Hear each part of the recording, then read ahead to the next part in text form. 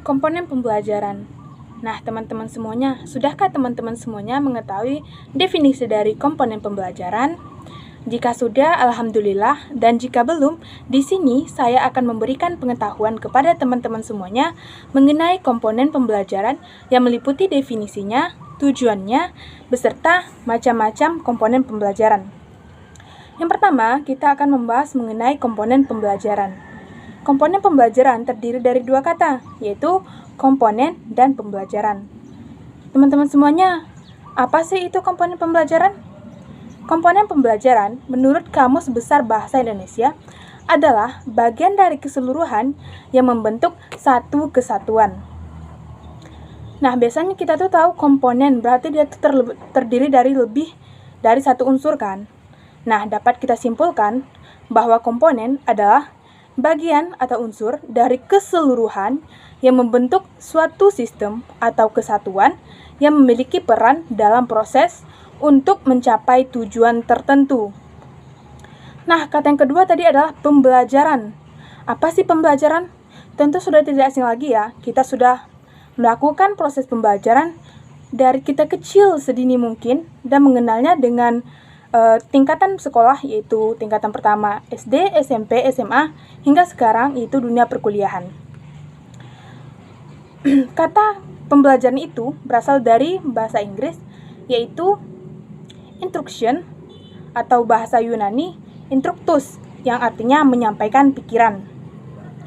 Nah, dapat kita simpulkan, pembelajaran adalah sesuatu kegiatan yang dirancang oleh guru untuk membantu siswa mempelajari suatu kemampuan atau nilai baru untuk membantu peserta didik memahami suatu struktur atau kemampuan dengan sistematis melalui perencanaan, pelaksanaan, dan evaluasi. Nah, dari pengertian antara komponen dan pembelajaran tadi, dapat kita simpulkan, atau teman-teman ada yang dapat menyimpulkan apa itu komponen pembelajaran?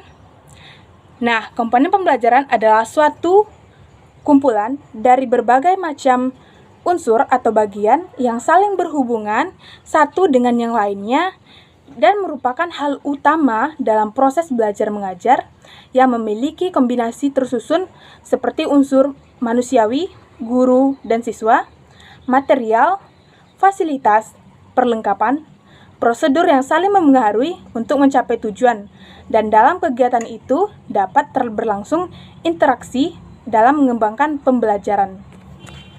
Nah, setelah kita mengetahui tadi tentang definisi komponen pembelajaran, selanjutnya kita tentunya ada menimbulkan pertanyaan nih.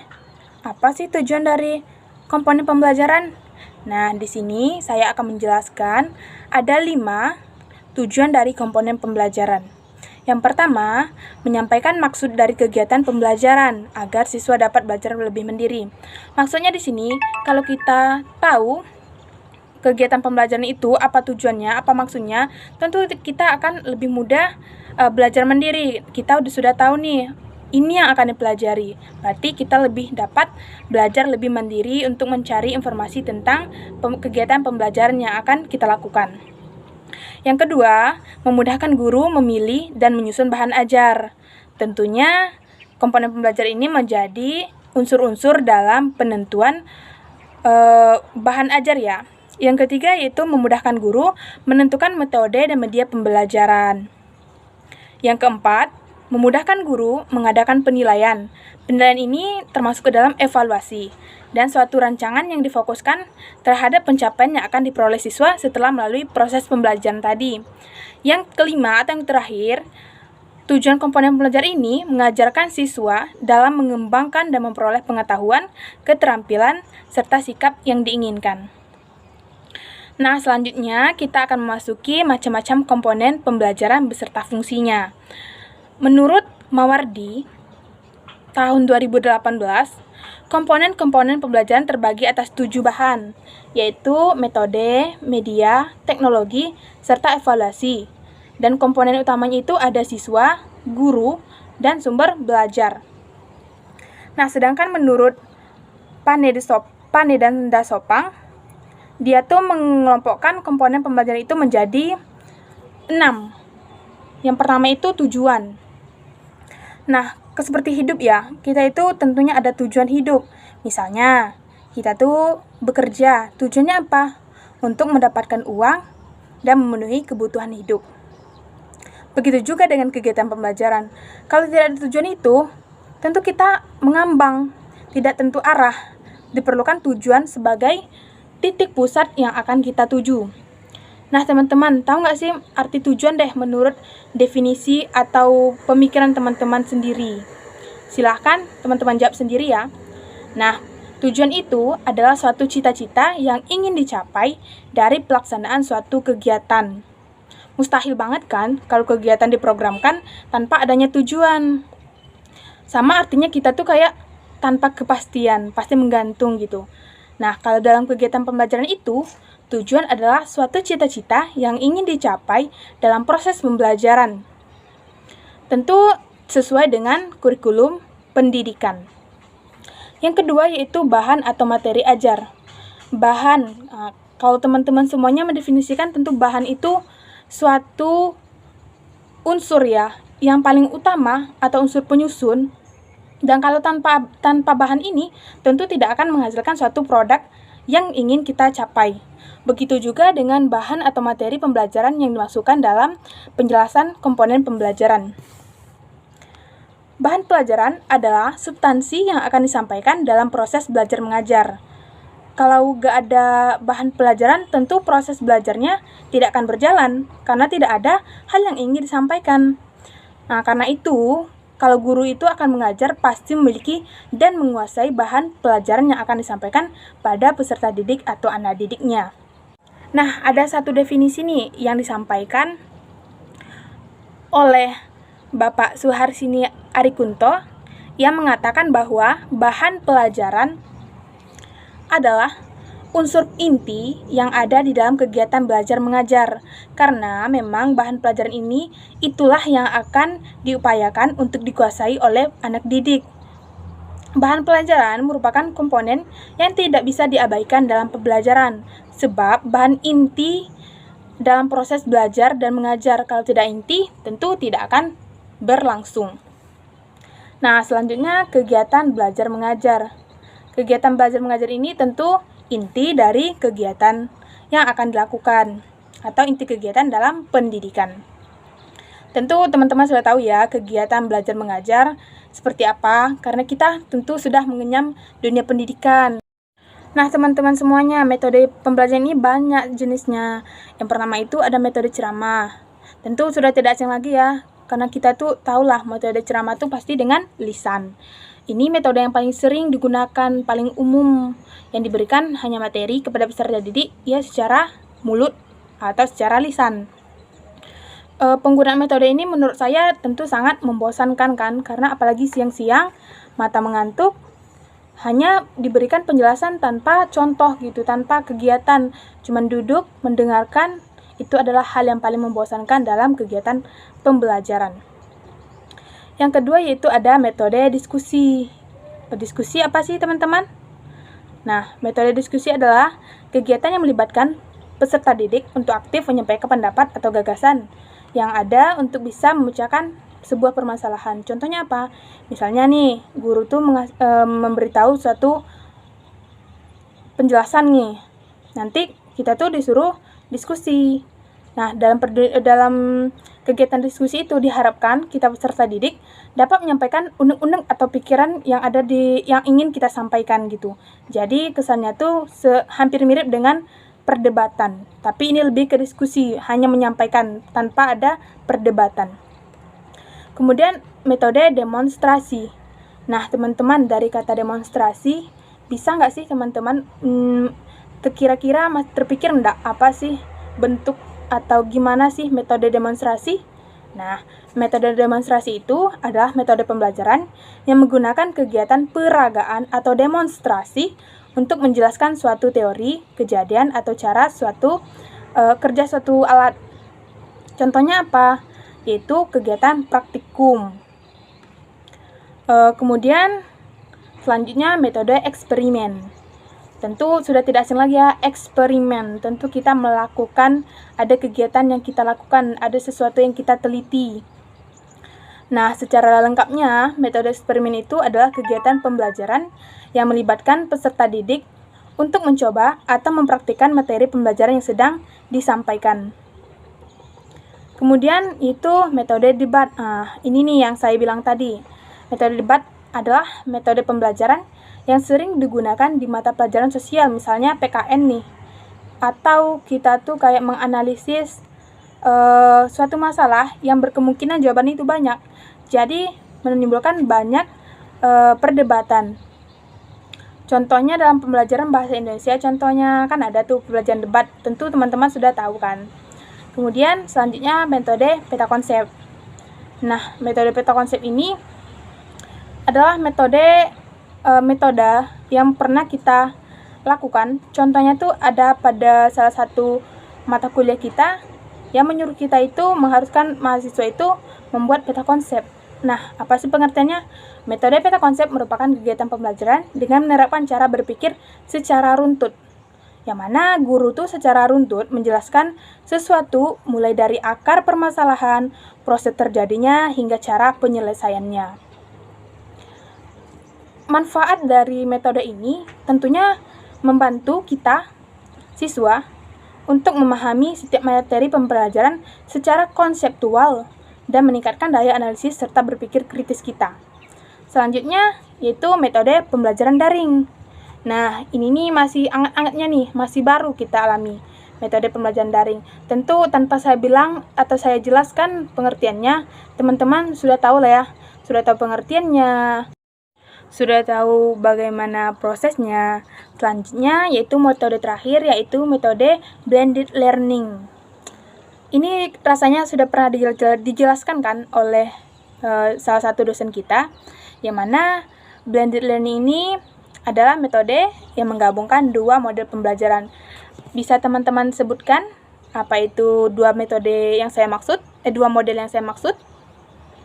Nah, silakan jawab sendiri ya. Nah, metode blended learning ini adalah metode yang menggabungkan dua model pembelajaran, yaitu pembelajaran konvensional secara tatap muka atau secara langsung, dan pembelajaran daring, yaitu berbasis teknologi komputer dan internet. Contohnya yaitu penggunaan Google Meet, Zoom, dan lain sebagainya. Komponen selanjutnya yaitu sumber pelajaran. Nah, teman-teman ada nggak yang mengetahui pengertian dari sumber belajar? Dari definisinya, sumber belajar adalah segala sesuatu yang dapat dipergunakan sebagai tempat di mana bahan pengajaran terdapat atau asal untuk belajar seseorang. Nah, sumber belajar ini dari mana saja sih? Banyak sih, contohnya ada dari buku, internet, jurnal, dan lain sebagainya. Selanjutnya, macam komponen yang terakhir yaitu evaluasi. Apa sih evaluasi? Tentu ini sudah tidak asing lagi ya. Evaluasi itu terkadang kita memahaminya sebagai penilaian hasil akhir. Sebenarnya itu benar, tapi untuk lebih lengkapnya, definisi dari evaluasi itu menurut Dr. Rustia adalah kegiatan mengumpulkan data seluas-luasnya, sedalam-dalamnya yang bersangkutan dengan kapasitas siswa guna mengetahui sebab akibat dan hasil belajar siswa yang akhirnya itu dapat mendorong dan mengembangkan kemampuan dalam belajar. Terus pengelolaan pembelajaran. Sebelum masuk lebih lanjut, kita harus tahu dulu nih, apa itu proses dari pengolahan pembelajaran. Nah, di sini ada 3 kata, yaitu kata proses, kata pengolahan, dan pembelajaran. Nah, proses adalah rangkaian tindakan perbuatan yang mengubah masukan menjadi keluaran. Kemudian ada kata pengolahan. Pengelolaan itu berasal dari kata bahasa Inggris, yaitu manajemen. Artinya manajemen yang itu mengatur ketata laksanaan atau tata pimpinan. Kemudian selanjutnya ada kata pembelajaran. Pembelajaran di sini yaitu proses belajar mengajar. Jadi, dapat disimpulkan bahwa proses pengelolaan pembelajaran ini adalah bagaimana cara guru untuk mengatur kelasnya, mengatur tingkah laku siswa yang diinginkan, dan meniadakan tingkah laku siswa yang tidak diinginkan. Juga mengembangkan dan mempertahankan organisasi kelas yang efektif dan efisien. Selain itu, guru harus bisa hubungan interpersonal antara guru dan siswa harus tetap dijaga. Nah, di dalam proses pengelolaan pembelajaran ini ada perencanaan, pelaksanaan. Nah, di sini saya akan membahas perencanaan dalam proses pengelolaan pembelajaran. Sebelum itu, kita harus tahu dulu nih, apa sih itu perencanaan? Nah, perencanaan itu adalah dasar tindakan pengelolaan agar berhasil dengan baik. Dan juga tujuannya bisa dicapai seefektif dan seefisien mungkin. Nah, perencanaan ini meliputi bagaimana membuat program, menentukan tujuan, dan bagaimana prosesnya. Nah, perencanaan proses pengelolaan pembelajaran ini meliputi silabus, RPP, dan biasanya RPP ini meliputi materi ajar, tujuan pembelajaran, metode ajarnya atau metode pengajaran, sumber penilaian, dan apa sumber belajarnya. Nah, selanjutnya kita harus tahu nih fungsi dari perencanaan proses pengelolaan pembelajaran itu apa. Nah, jadi fungsi dari perencanaan proses pengelolaan pembelajaran ini adalah pedoman bagi guru untuk mengajar dan pedoman bagi siswa dalam belajar agar proses belajar mengajar tersusun secara sistematik dan sistemik. Nah, tujuan utama dari perencanaan proses pengelolaan pembelajaran ini adalah untuk menghemat waktu dan tenaga. Karena apa? Karena kan kita sudah merencanakan dari awal, sudah disusun secara sistematik. Nah, pas dalam proses pembelajaran, kita tidak memikirkan lagi harus bagaimana dan harus seperti apa kita dalam belajar. Nah, sampai di sini jelas bukan kalau guru itu berperan sangat penting dalam menentukan proses pembelajaran itu sendiri. Karena guru itu harus bisa menciptakan kondisi kelas yang efektif, menyenangkan, dan kondusif. Biasanya kalau di sekolah, perencanaan proses pengelolaan pembelajaran ini dilakukan secara kolaboratif atau secara kerjasama. Karena pengikutsertaan guru dalam membuat ini dapat mendukung kualitas guru tersebut. Lingkup perencanaan itu meliputi perencanaan kurikulum, keuangan, perencanaan sarana dan prasarana, metode ajar, dan bagaimana cara menentukan penilaian. Kegiatan yang dilakukan dalam proses pembelajaran itu meliputi sebagai berikut. Yang pertama itu, bagaimana sih cara kita mengimplementasikannya. Yang kedua, membatasi sasaran agar tujuan itu tercapai dengan berhasil.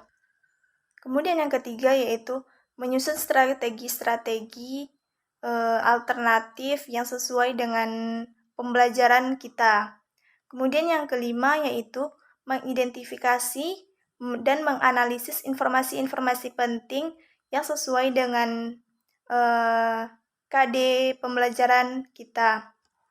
Kemudian selanjutnya yaitu sebelum kita membuat keputusan, kita harus mengkoordinasikan dengan pihak yang berkepentingan dalam urusan itu di sekolah. Kemudian selanjutnya melakukan evaluasi dan yang terakhir yaitu melakukan revisi dan melakukan perencanaan kembali. Nah, kita tahu nih, tugas utama guru itu biasanya membuat RPP, yaitu Rencana Pelaksanaan Pembelajaran. Nah, dalam membuat RPP ini kita harus perhatikan hal-hal sebagai berikut. Yang pertama itu, kompetensi yang ditentukan harus sesuai. Dan rencana pembelajaran itu harus sederhana dan fleksibel agar memudahkan siswa dalam belajar. Selanjutnya, rencana proses pengelolaan pembelajaran ini harus utuh dan menyeluruh, dan kita harus menentukan standar kompetensi SK, kompetensi dasar KD, serta indikator. Nah, dari sini kita dapat membuat tujuan pembelajaran yang berdasarkan kepada SK, KD, dan indikator tersebut. Kemudian kita harus mengkoordinasikan kepada yang lain agar tidak mengganggu jam pelajaran yang lain. Kemudian ada juga cara pengembangan RPP itu gimana sih ya? Yang pertama itu mengisi kolom identitas. Yang kedua yaitu menentukan alokasi waktu yang dibutuhkan sesuai dengan pertemuan yang telah ditetapkan. Yang ketiga ada menentukan KD, SK, serta indikator. Kemudian selanjutnya menentukan tujuan pembelajaran berdasarkan kepada standar kompetensi, kompetensi dasar, serta indikator yang telah ditentukan. Kemudian yaitu mengidentifikasi dan merumuskan materi pokok berdasarkan pada materi standar. Selanjutnya yaitu menentukan model dan metode yang akan digunakan dalam proses pembelajaran nantinya. Kemudian ada merumuskan bagaimana cara kita dalam proses belajar nanti, yang dimulai dari bagaimana awal kita memulai, mana inti, dan gimana akhir kita menyelesaikan pembelajaran di suatu kelas. Selanjutnya yaitu menentukan alat, bahan, sumber yang akan digunakan. Dan yang terakhir yaitu membuat kriteria penilaian, contoh soal, dan bagaimana skor soal. Nah, dari penjelasan di atas sudah jelas bahwa guru itu berperan sangat penting dalam menentukan kualitas belajar dari siswa tersebut. Nah, di sini kita sangat perlu dalam perencanaan pelaksanaan proses pembelajaran ini karena dapat menentukan kualitas pendidikan dan kualitas sumber daya manusia. Di sini kita akan mengulas materi mengenai pengelolaan pembelajaran di kelas. Jadi, pengelolaan pembelajaran di kelas itu tidak berhenti pada tahap perencanaannya saja atau RPP. Yang kita tahu yaitu Rancangan Pelaksana Pembelajaran. RPP adalah pegangan seorang guru agar seorang guru itu dapat lebih mudah dalam mengajar agar sesuai dengan kompetensi dasar yang diajarkannya. Namun, proses pembelajaran dan pengelolaannya itu juga melingkupi yang namanya pengelolaan kelas dan juga pengelolaan peserta didik pada proses pembelajaran. Proses pembelajaran yaitu bagaimana seorang guru dapat berinteraksi dengan siswanya di dalam kelas pada saat proses dan tahap pembelajaran ini. Poin utama dalam pelaksanaan pembelajaran itu adalah interaksi. Apa sih itu interaksi seorang guru dengan siswa? Interaksi adalah bagaimana seorang guru dapat menjalin komunikasi, menyampaikan bahan pembelajaran dengan baik, menciptakan suasana pembelajaran yang nyaman dan juga menyenangkan bagi siswa, dan juga menjadi tempat siswa sebagai sumber ilmu utama yang merupakan menjadi motivator ataupun modelnya. Pada saat proses pengelolaan pembelajaran ini, seorang guru menjadi pemimpin dan juga pengelola yang baik bagi seorang siswa. Walaupun seorang siswa diberikan kebebasan nih untuk mencari ilmu di mana saja dan juga menjadi diri sendiri di dalam kelasnya, namun seorang guru juga memberikan kompetensi utama agar seorang siswanya itu dapat melaksanakan pelaksanaan pembelajaran itu dengan optimal. Teman-teman pada tahu nggak nih apa yang dimaksud dengan pengelolaan kelas? Jadi, pengelolaan kelas adalah upaya seorang guru untuk mengoptimalkan potensi dari siswanya yang berada di kelas tersebut agar dapat mencapai tujuan pembelajaran dan juga hasil pembelajaran yang optimal atau yang memuaskan. Intinya, seorang guru ini harus dapat mengelola sumber daya dari siswanya agar menciptakan siswa yang berintelektual dan juga beretitut. Seorang guru dapat memaksimalkan sumber daya ataupun komponen dari siswa dan juga ruang kelas. Misalnya nih, ada beberapa komponen yang seorang guru dapat maksimalkan dan juga dapat dikelola atau diatur agar pengelolaan pembelajaran ini dapat berhasil. Yang pertama yaitu adalah ruang belajar. Ruang belajar ini harus diciptakan menjadi tempat ternyaman seorang siswa agar seorang siswa itu dapat belajar dengan nyaman dan juga belajar secara mandiri dan merdeka seperti kurikulum Merdeka Belajar, sehingga siswa dibebaskan untuk berinteraksi dengan temannya, bertanya, mencari sumber pengetahuan yang lain dalam ruangan belajar yang mereka aman dan juga nyaman. Kemudian yang kedua, selain ruang belajar, tentunya kita harus menyiapkan media atau bahan pembelajaran. Seorang guru harus mampu menciptakan dan juga mendesain metode pembelajaran ini menjadi metode pembelajaran yang baik. Walaupun metode pembelajarannya itu berbasis nih student centered learning ataupun diskusi, namun seorang guru harus dapat mendesain bagaimana student centered learning itu menjadi proses pembelajaran yang menyenangkan oleh para siswa, sehingga muncullah rasa ingin unggul dari yang lainnya. Selanjutnya, selain ruang kelas dan juga bahan pembelajaran, seorang guru juga harus memaksimalkan evaluasi. Evaluasi ini perlu adanya untuk melihat bagaimana seorang siswa ini belajar. Karena poin utamanya, di saat seorang siswa ini paham, maka itulah puncak keberhasilan seorang guru dalam mengajar. Coba jeda. Komponen selanjutnya yang dapat dimaksimalkan oleh guru yaitu bagaimana seorang guru dapat memaksimalkan pengaturan sarana pembelajarannya. Jadi bukan hanya media ataupun bahan ajar saja, namun harus memaksimalkan sarana pembelajaran yang maksimal. Contohnya nih, pada pembelajaran biologi setidaknya di sekolah tersebut menyediakan mikroskop ataupun alat-alat laboratorium agar siswa ini dapat melakukan praktikum dan juga belajar secara bebas.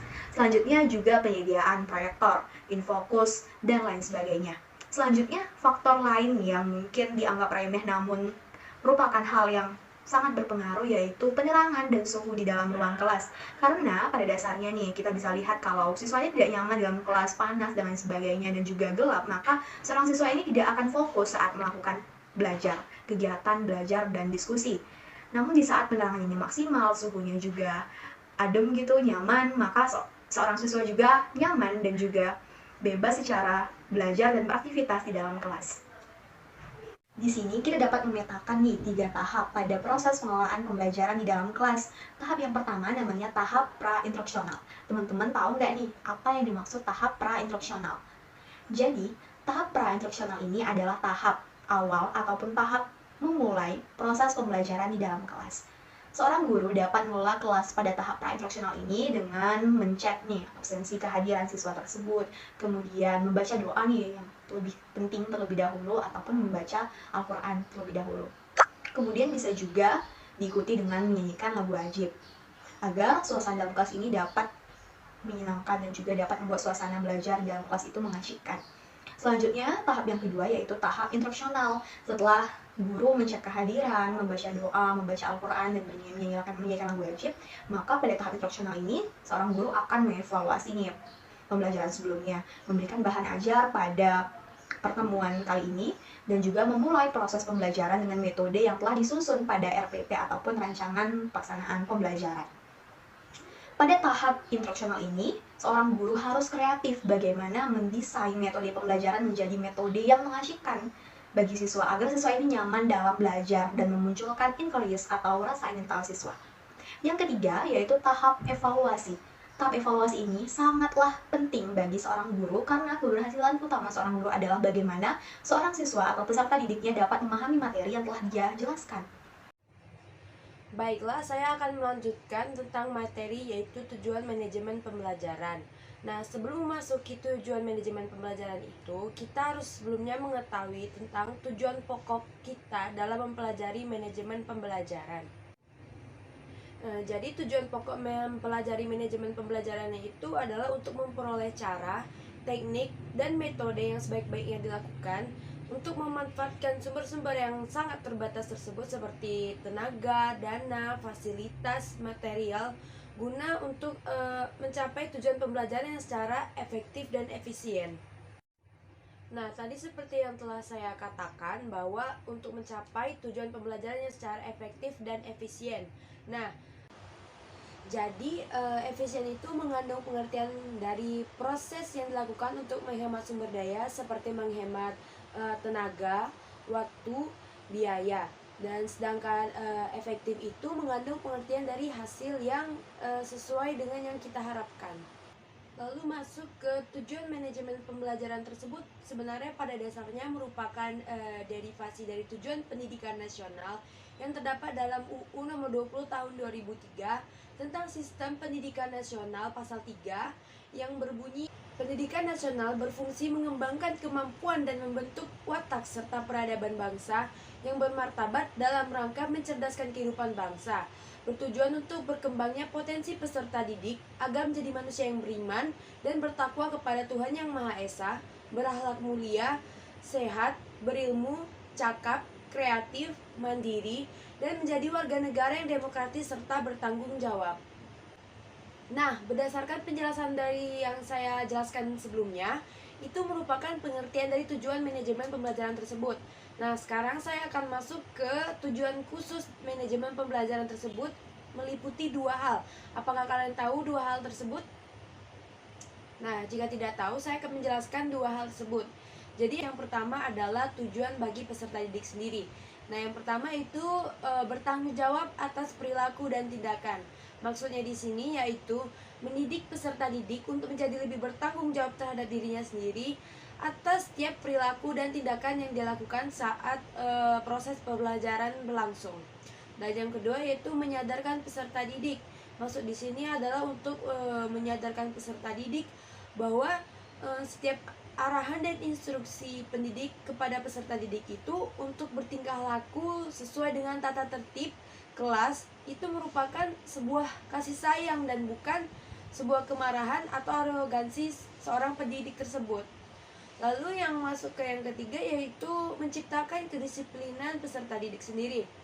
Maksudnya itu yaitu menggugah sikap tanggung jawab dan disiplin peserta didik akan setiap tugas dan kewajibannya seperti melaksanakan tugasnya, melaksanakan kegiatan di kelas dan mengikuti tata tertib dan segala yang lainnya.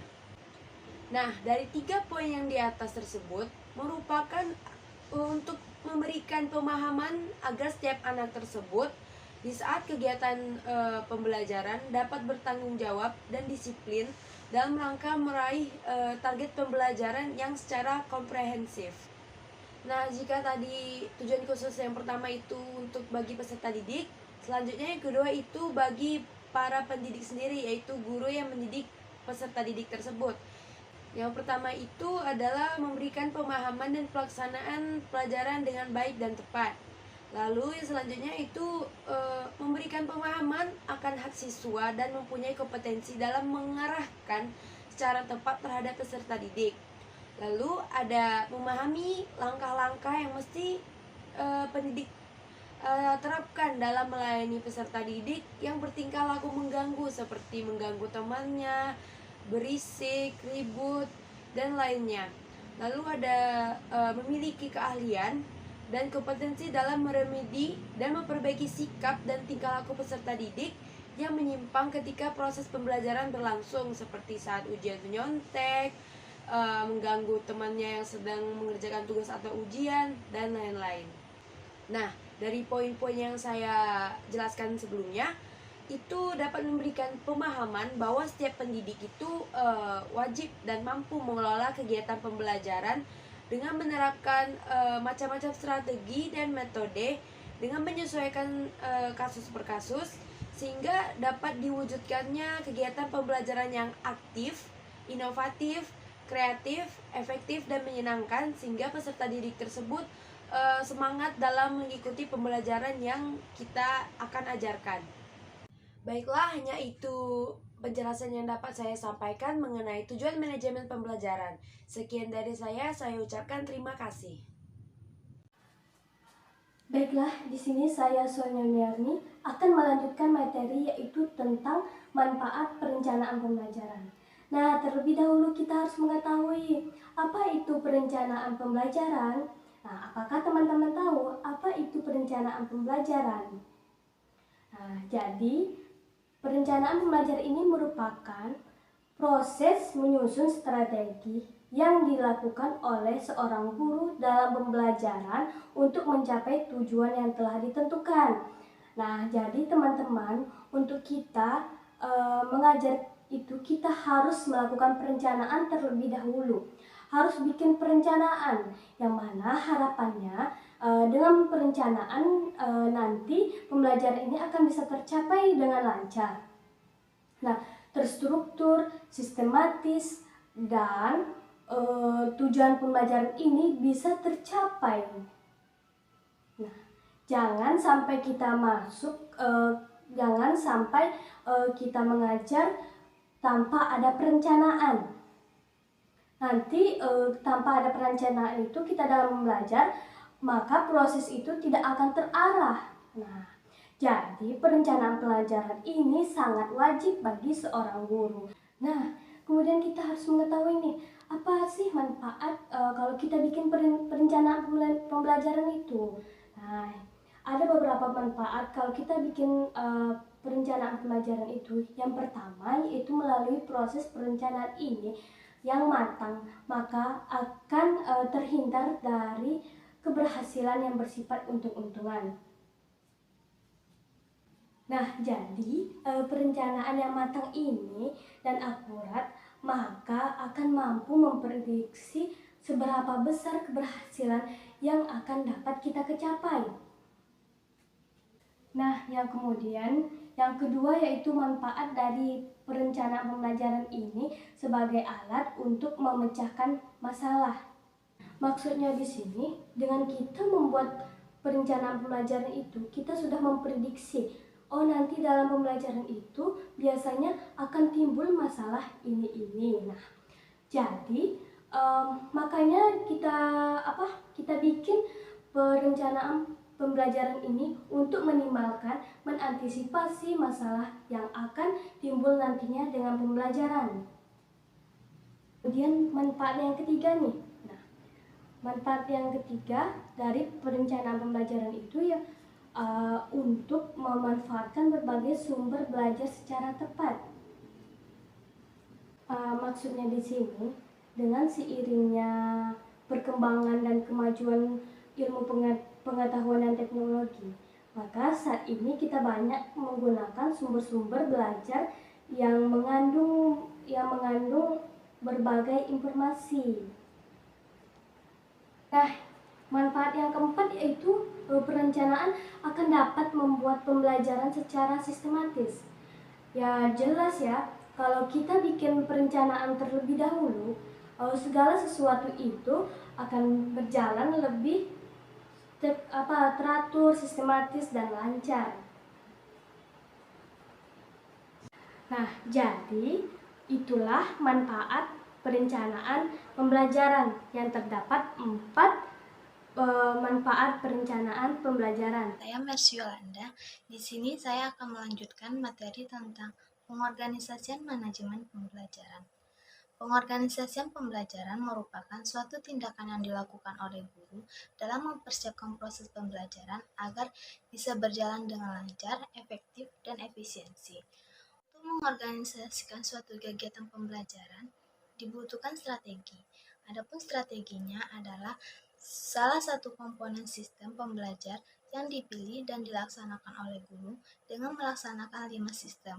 Yang pertama ada pembelajar, ada bahan, alat, dan lingkungan.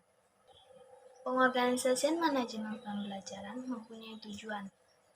Adapun tujuan pembelajaran yaitu agar dalam pembagian tugas dapat dilakukan dengan penuh tanggung jawab. Dengan pembagian tugas, diharapkan setiap anggota organisasi dapat meningkatkan keterampilan secara khusus dalam menangani tugas-tugas yang diberikan. Mengorganisir dalam pembelajaran adalah pekerjaan yang dilakukan oleh seorang guru dalam mengatur dan menggunakan sumber belajar yang dimaksud dengan tujuan belajar dengan cara efektif dan efisiensi. Nah, ada nih, menurut Davis, pengorganisasian dalam pembelajaran itu ada 4 kegiatan. Yang pertama, memiliki alat taktik yang tepat. Yang kedua, memilih alat bantu belajar atau audio visual yang tepat. Yang ketiga, memilih besar kelas atau jumlah murid yang tepat, dan memilih strategi tempat untuk mengkomunikasi peraturan. Yang keempat ada prosedur serta pengajar yang kompleks. Menurut Davis, bahwa dalam memilih metode sangatlah tergantung pada sifat tugas, tujuan pembelajaran yang ingin dicapai, kemampuan dan pengetahuan, serta umur peserta didik. Guru sebagai manajer mengorganisir bahan pelajaran untuk disampaikan kepada peserta didik dengan metode, yaitu yang pertama, metode demonstrasi. Nah, metode demonstrasi itu metode mengajar dengan memperagakan barang secara langsung maupun melalui penggunaan media pengajar yang relevan dengan materi yang disajikan. Yang kedua yaitu metode pembelajaran diskusi. Metode pembelajaran diskusi itu metode yang dilakukan di mana guru memberikan suatu persoalan atau masalah kepada peserta didik dan peserta didik diberi kesempatan untuk berkelompok dan menyelesaikan masalah yang diberikan oleh guru. Yang ketiga yaitu metode pembelajaran kooperatif. Metode pembelajaran kooperatif ini adalah metode pembelajaran dengan memberikan tugas kepada siswa dan dalam sebuah kelompok kecil yang hasilnya akan dipresentasikan kepada kelompok lain di dalam kelas. Metode yang dikemukakan oleh Davis dapat dipergunakan dalam rangka mengorganisir sumber belajar dan murid-murid dalam mencapai tujuan pembelajaran. Masih banyak metode yang dapat dipilih sesuai dengan tujuan dan kondisi yang dihadapi. Dalam memilih dan menggunakan metode, yang sangat penting diperhatikan guru adalah tujuan pengajaran yang akan dicapai, materi sifat pelajaran, kondisi peserta didik, dan kemampuan guru dan alokasi waktu. Nah, adapun fungsi pengorganisasian adalah bagaimana menetapkan cara memilah dan memecahkan pekerjaan yang akan menjadi unit-unit yang dikelola dengan baik. Selain itu, fungsi pengorganisasian dalam kegiatan pembelajaran yang dimaksud untuk menentukan pelaksanaan tugas dengan jelas kepada setiap personil sekolah sesuai bidang, wewenang, mata pelajaran, dan tanggung jawabnya. Menurut Sofyan, dalam melakukan pengorganisasian pembelajaran yang dapat memotivasi belajar peserta didik, kita harus betul-betul memahami apa yang dibutuhkan peserta didik, sebab itu seorang guru harus mengetahui apa yang dilakukan baik sebelum masuk kelas dan di dalam kelas. Pembelajaran tersebut telah selesai, sehingga pembelajaran yang dibawakan oleh guru tersebut akan meninggalkan kesan bagi peserta didik yang tentunya akan termotivasi dia dalam belajar. Yang pertama, sebelum masuk kelas, pengorganisasian bertujuan untuk menerapkan pokok-pokok materi yang akan diajarkan dengan membuat ringkasan. Setiap pokok-pokok materi harus selalu sesuai dengan tujuan pembelajaran. Materi pelajaran hendaknya sesuai dengan tingkat pendidikan atau perkembangan peserta didik pada umumnya, agar berkesinambungan mencakup hal-hal yang faktual. Yang kedua, yaitu saat di dalam kelas, setelah mempersiapkan segala hal sebelum masuk kelas, di sini mulai tahap yang paling penting, yaitu pada tahap ini berlangsung interaksi antara guru dengan siswa dengan baik secara grup maupun individual. Ada beberapa aspek yang perlu diperhatikan dalam tahap pengajaran. Setiap kita memasuki, amat penting untuk selalu mengucapkan salam terlebih dahulu kepada peserta didik. Mengapa demikian? Karena kita menganggap kita sebagai tamu dan peserta didik diibaratkan sebagai tuan rumahnya. Setelah itu, kita berlanjut untuk mengabsen apakah ada peserta didik yang sakit atau izin. Setelah itu, kita lanjut ke tahap apresiasi dan mengingat bahwa apakah ada siswa yang mengingat kembali materi-materi yang lalu, dan kalau mereka masih ingat, boleh kita evaluasi sedikit. Setelah itu, kita hubungkan dengan materi yang baru yang akan diajarkan itu sedikit gambaran umum ketika ada di dalam kelas. Selain itu, beberapa hal yang telah disebutkan tadi, ada beberapa hal saat kita mengajar di dalam kelas yang perlu dimiliki.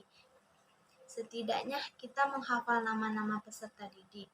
Tentunya itu akan membuat peserta didik merasa diperhatikan, bukan dengan memanggilnya dengan panggilan anu, kau, dan sebagainya. Yang selanjutnya, penting menurut saya seorang pendidik memiliki sifat humoris. Mengapa demikian? Guru yang paling banyak disenangi oleh peserta didik adalah guru yang memiliki rasa humor yang tinggi. Ini sangat membantu kita dalam membuat suasana kelas yang menyenangkan bagi peserta didik, sehingga peserta didik tidak merasa tertekan karena menganggap guru yang galak dan hal lainnya. Terus, jangan sungkan-sungkan memberikan pujian, tulus, atau hasil yang telah dikerjakan. Ini berguna dalam membangun kepercayaan dirinya dan tentunya dalam memotivasi belajar. Nah, dapat disimpulkan bahwa guru sangatlah berpengaruh terhadap keberhasilan peserta didik dalam mengikuti proses pembelajaran. Seorang pendidik sudah semestinya menjadi sosok yang disenangi oleh peserta didik, bukan sebaliknya, yaitu yang ditakuti oleh peserta didik. Ketika peserta didik sudah merasa nyaman dan cinta kepada gurunya, maka akan mudah bagi guru tersebut memberikan pemahaman atas apa yang disampaikan, baik berupa materi pelajaran atau pemberian motivasi. Selain itu, guru juga harus mengambil pendekatan yang tepat yang sesuai dengan kondisi pembelajar itu. Tahap yang ketiga yaitu tahap sesudah pengajaran. Tahap ini merupakan suatu kegiatan atau perbuatan setelah pertemuan tatap muka dengan peserta didik. Tugas guru belum selesai. Ada beberapa hal yang harus diperhatikan oleh seorang pendidik, antara lain menilai pekerja peserta didik, membuat perencanaan untuk pertemuan berikutnya, menilai kembali proses belajar yang telah dibawakan dan apa yang perlu diperbaiki dan apa yang perlu ditingkatkan. Demikian penjelasan materi dari saya. Pengendalian dan pengarahan dalam manajemen pendidikan. Sebelumnya kita harus mengenal atau mengetahui latar belakang dari suatu manajemen pendidikan tersebut. Saya akan menjelaskan secara singkat, yakni manajemen kelas itu ialah tolak ukur untuk mencapai suatu yang menjadi tujuan pembelajaran secara efektif dan efisien pada proses pembelajaran yang kita lakukan. Pada umumnya tujuan ini dikatakan tercapai apabila telah terlaksananya secara baik manajemen kelas oleh sekolah itu sendiri atau tempat kita mengajarkan kepada siswa kita.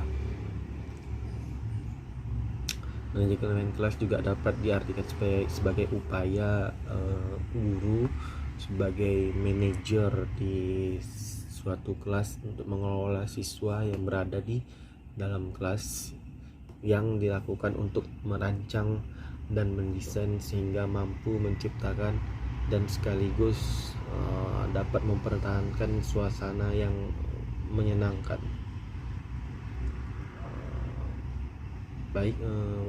Adapun urgensi dari manajemen kelas ini ialah satu kegiatan manajerial yang di dalamnya itu mengupayakan agar dapat melakukan sebuah kegiatan yang mampu menciptakan dan memelihara kondisi pembelajaran yang kondusif sehingga mencapai tujuan pembelajaran yang diinginkan di dalam kelas. Baik, yang selanjutnya yakni pengendalian dan pengarahan dalam proses pendidikan. Pengendalian sendiri dilakukan untuk menghindari timbulnya penyimpangan dalam proses dan kegiatan belajar dan mengajar di dalam kelas. Pengendalian manajemen pendidikan ini mempunyai dua fungsi, yakni directing and controlling. Directing sendiri itu bertujuan untuk mengarahkan perilaku peserta didik dalam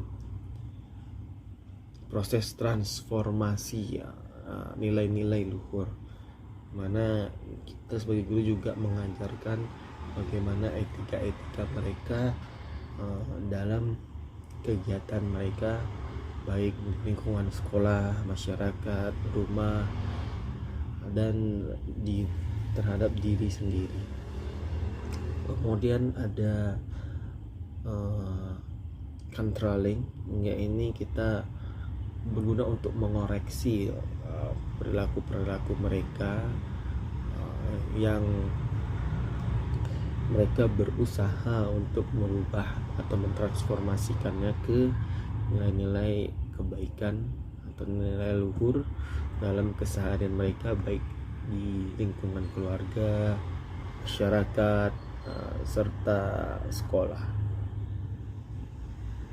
Adapun pengarahan yang dilakukan oleh seorang guru, yakni mengarahkan peserta didiknya kepada yang lebih baik, yakni dalam pengembangan segi-segi kepribadian, pengembangan kemampuan dalam bermasyarakat, pengembangan kemampuan yang untuk bisa melanjutkan studi ke tingkat yang lebih atas, kemudian pengembangan kecakapan atau public speaking, dan kesiapan untuk bekerja para siswa-siswanya. Kemudian guru bisa juga menjadi sebuah sarana informasi bagi para siswanya untuk melanjutkan apa yang telah ia pelajari atau ia mengimplementasikannya dalam kehidupan sehari-hari. Karena perbuatan pendidikan atau kita melakukan pembelajaran yang tidak pernah diarahkan kepada tujuan-tujuan tertentu dalam belajar itu merugikan kedua belah pihak, baik guru maupun murid atau siswanya itu, karena dengan tidak diarahkannya dalam pembelajaran tersebut, siswa tidak mempunyai suatu bekal yang dapat untuk dipakai ketika berada di lingkungan masyarakat. Tujuan-tujuan positif inilah yang berguna untuk para siswa dan guru, serta tujuan-tujuan yang normatif yang tidak mungkin dapat dicapai dengan perbuatan yang tidak normatif di dalam pembelajaran yang dilakukan oleh guru dan siswa tersebut. Oleh karena itu, sebagai guru itu wajib dan dituntut untuk selalu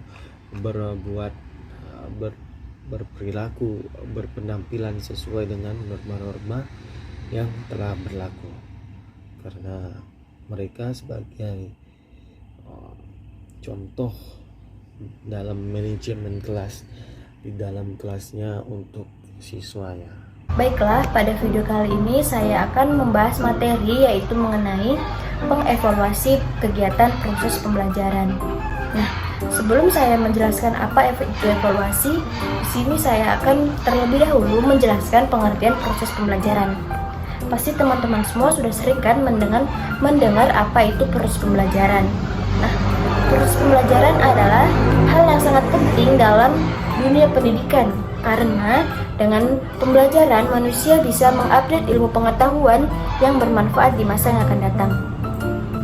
Ilmu itu akan semakin berkembang dari masa ke masa, sehingga proses pembelajaran pasti juga akan berkembang dari yang dulunya menggunakan metode pembelajaran secara sederhana menjadi pembelajaran dengan yang tingkat modern dengan menggunakan teknologi.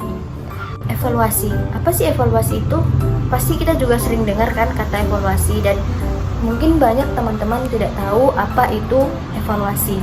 Dari sini evaluasi merupakan proses pembelajaran secara keseluruhan, tidak dapat dipisahkan dari kegiatan mengajar. Karena evaluasi merupakan alat ukur suatu proses untuk mengetahui pencapaian keberhasilan telah dicapai oleh peserta didik atas bahan ajar yang telah disampaikan. Sehingga dengan adanya evaluasi, maka tujuan dari pembelajaran akan terlihat secara akurat. Kemudian yang kedua, pentingnya evaluasi pada proses pembelajaran. Ternyata evaluasi itu juga sangat berperan penting dalam proses pembelajaran, karena kualitas hasil belajar sangat ditentukan oleh kualitas proses pembelajaran. Namun, evaluasi ini kurang mendapat perhatian dari para pengajar dibandingkan hasil evaluasi hasil belajar. Seperti yang kita ketahui bahwa ruang lingkup evaluasi dalam bidang pendidikan di sekolah pada umumnya itu ada 3, yaitu evaluasi program pembelajaran, evaluasi program pembelajaran, dan evaluasi hasil belajar. Kemudian kita masuk ke tujuan evaluasi pembelajaran. Tujuan evaluasi pembelajaran di sini ada 2, yaitu tujuan umum dan tujuan khusus. Yang pertama, tujuan umum, yaitu untuk menghimpun bahan-bahan keterangan yang akan dijadikan sebagai bukti mengenai kemajuan yang dialami oleh peserta didik setelah mereka mengikuti proses pembelajaran dalam jangka waktu tertentu. Dan yang kedua itu ada tujuan khusus, di mana tujuan khusus ini untuk merangsang kegiatan proses peserta didik dalam menghimpun program pendidikan. Tanpa adanya evaluasi, maka tidak mungkin timbul kegairahan atau rangsangan pada peserta didik untuk memperbaiki dan meningkatkan prestasinya masing-masing. Baiklah, sekian materi yang dapat saya sampaikan. Kurang lebihnya saya mohon maaf. Saya akhiri, wabillahi taufik wal hidayah. Wassalamualaikum warahmatullahi wabarakatuh.